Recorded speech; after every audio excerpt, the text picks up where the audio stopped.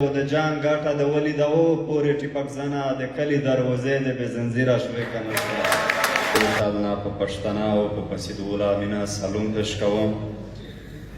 په سلام نه بعد رمه خپل یو څو بیتونه ته مسیدوله لهجې ته چې په مو پسې د مو غوندې دلګي را شوې که نه شوې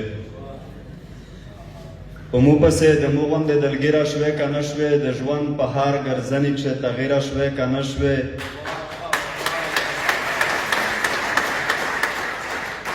او د هر اتڼ وسار ته و په غبار ګیلې چې تللې د خال کې سترګې وخوړې رنځیره شوې که نه شوې د هر اتڼ وسار ته و په غبار ګیلې چې تللې د خال کې سترګې وخوړې رنځیره شوې که نه شوې او د جان ګاټه د ولي د او پورې ټیپک زنه د کلي دروازې د بې زنځیره شوې که نه شوې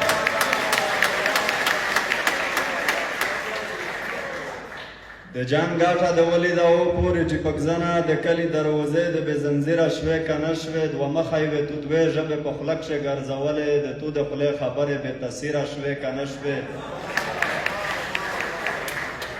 او چې شولې دار په دار د زیورتې لمنې نسې ازور د سمدو ولې فقیره شوې که نه شوې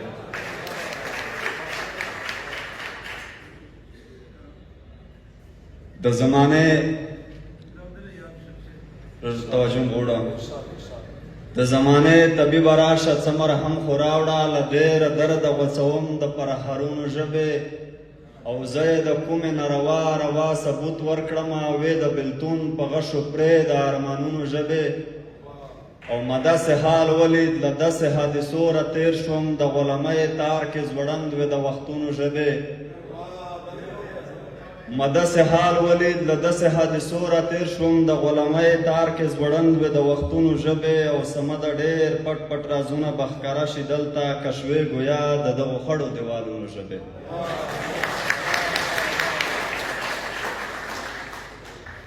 د څو ملګري فرمایش باندې یو غزل درته وایم چې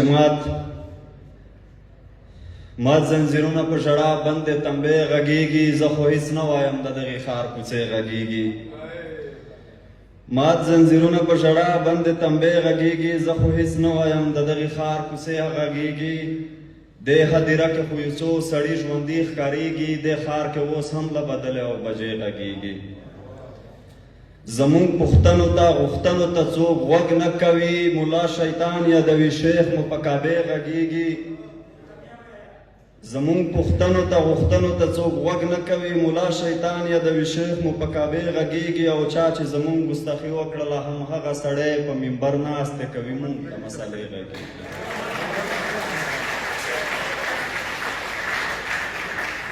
چا چې زمونږ ګستاخي وکړله همهغه سړی په منبر ناستې کوي مونږ ته مسلې غږېږي دا دوکانداره جنۍ څوک د ما په غم اړوي په اننګو کې څه بل رقم مزې غږېږي